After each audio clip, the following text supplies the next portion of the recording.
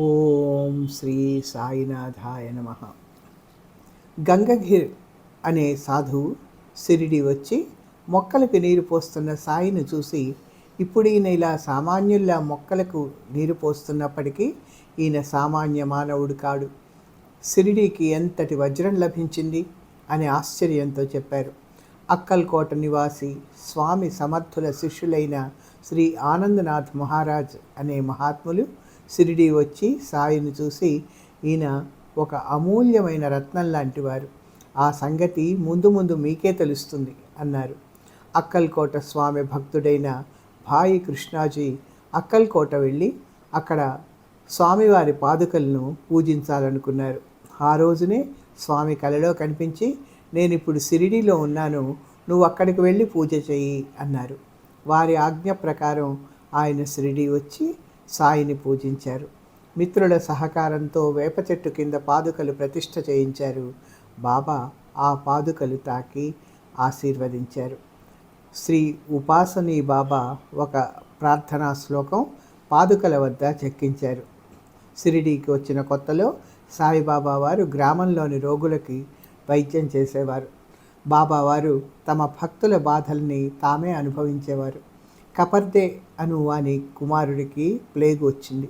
అతని వ్యాధిని తమకు సంక్రమింపచేసుకొని మృత్యువాత పడకుండా కాపాడారు.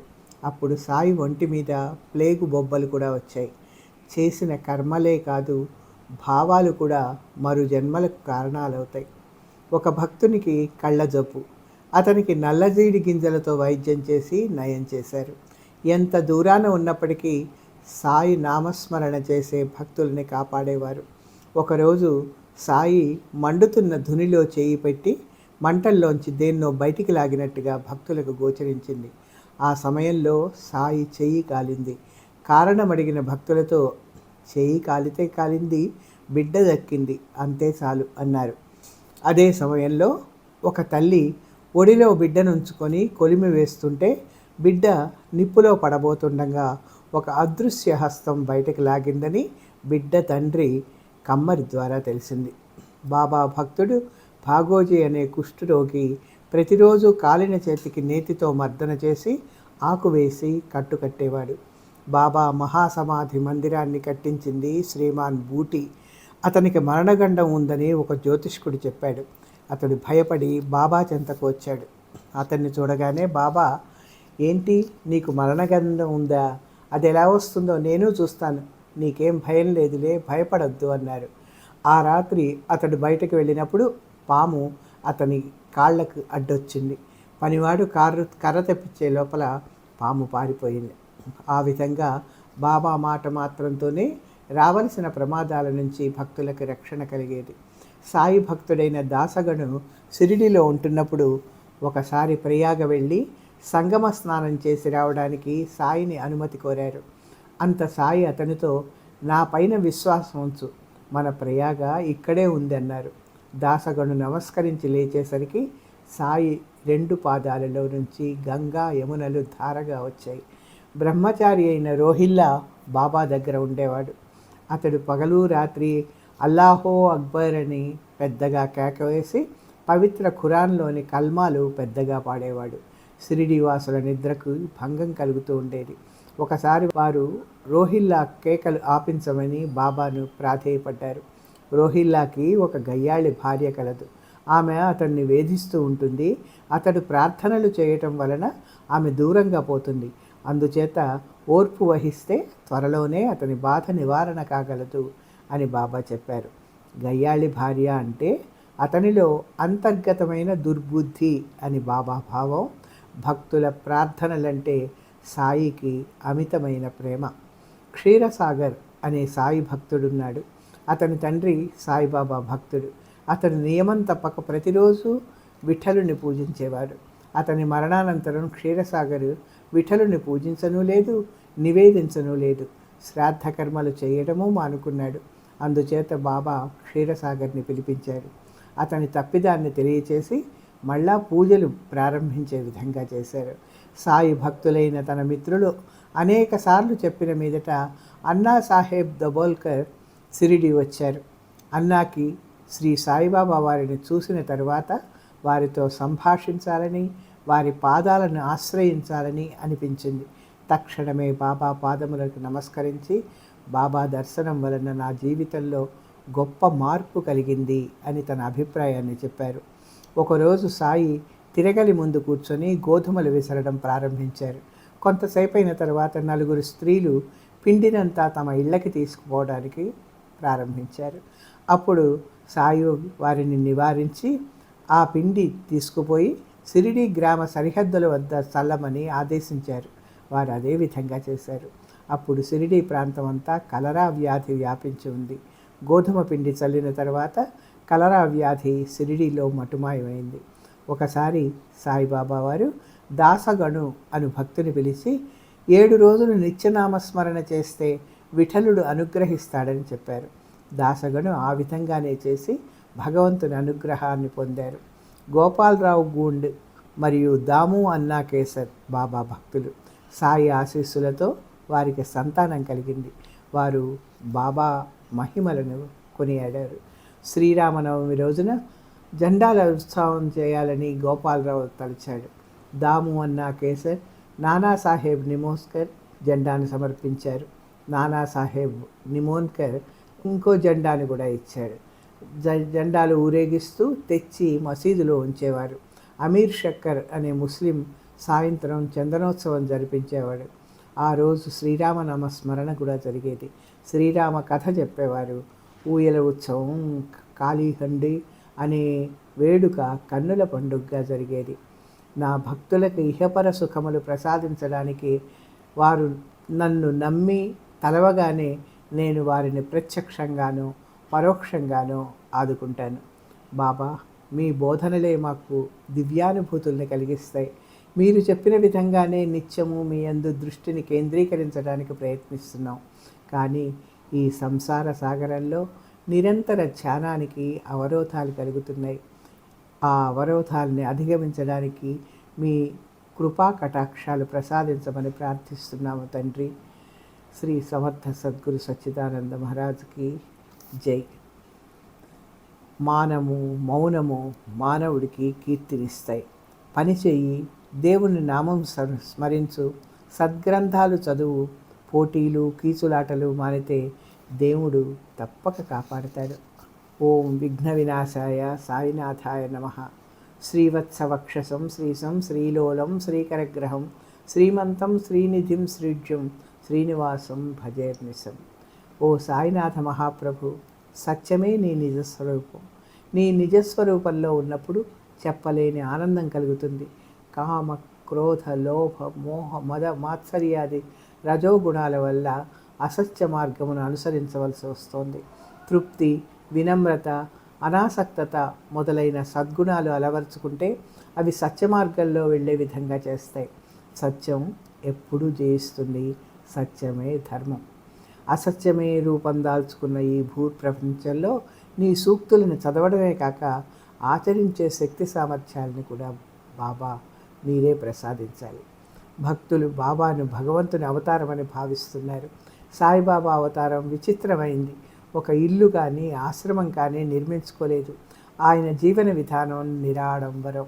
అతని ప్రవర్తనను అర్థం చేసుకొనుట కష్టసాధ్యం. భక్తుల రోగాలను నయం చేస్తూ వారి కోరికలు తీరుస్తూ ఆనందమయంగా అల్లా మాలిక్ అంటూ భిక్షాటన చేసేవారు.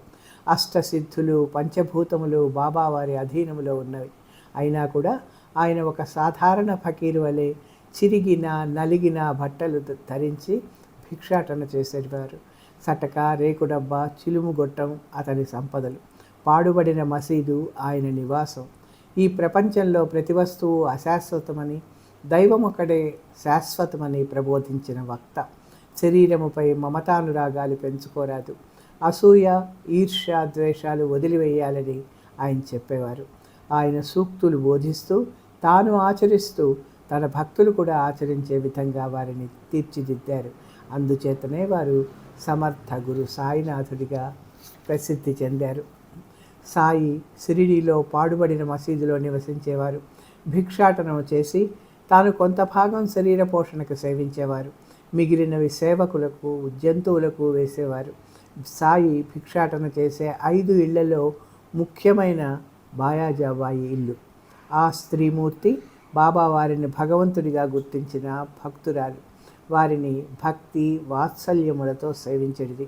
అప్పుడప్పుడు బయాజాబాయి బాబా కొరకు భోజనం ఒక గంపలో పెట్టుకొని వారిని వెతుక్కుంటూ ఎండను సైతం లెక్క చేయక వెళ్ళి భోజనం వడ్డించేది. సాయి అవతారం గొప్పది, అద్భుతమైనది. వారు నిజంగా శుద్ధ ఆనంద చైతన్యమూర్తులు. వారికి వివాదములు చేయుట, ఘర్షణ పడుట ఇష్టము లేదు. అతనికి అప్పుడప్పుడు కోపం వచ్చినప్పటికీ ఎప్పుడూ నెమ్మదిగానే ఉండేవారు. తన శరీరాన్ని పూర్తిగా తన స్వాధీనంలోనే ఉంచుకునేవారు.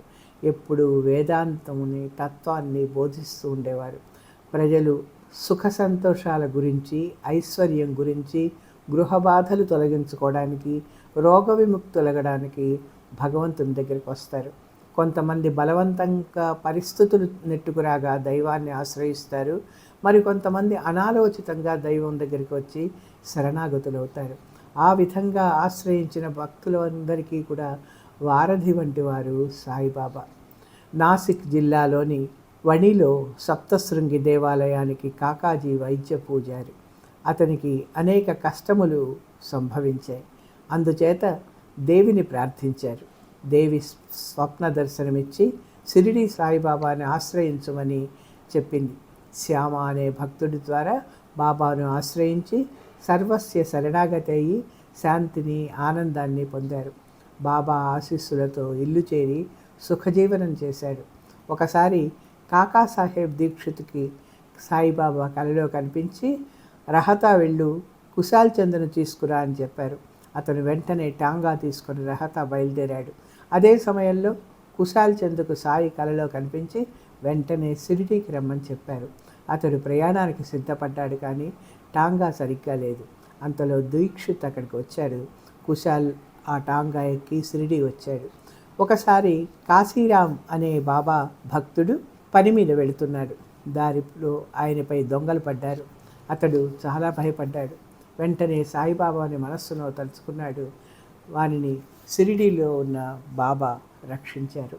దాము అనే భక్తుడున్నాడు. అతని జాతక ప్రకారం సంతాన యోగం లేదు. ఒకరోజు అతడు 300 మామిడి పండ్లు బాబా సన్నిధికి పంపారు. బాబా ఆ పళ్ళలోంచి 4 పళ్ళు వేరే పెట్టి ఇవి దాము అన్నకి ఇవ్వాలి అని చెప్పారు. అదేవిధంగా నీకు 4 కుమార్తెలు కలుగుతారని కూడా ఆ పళ్ళను ఇస్తూ చెప్పారు. అదేవిధంగా జరిగింది.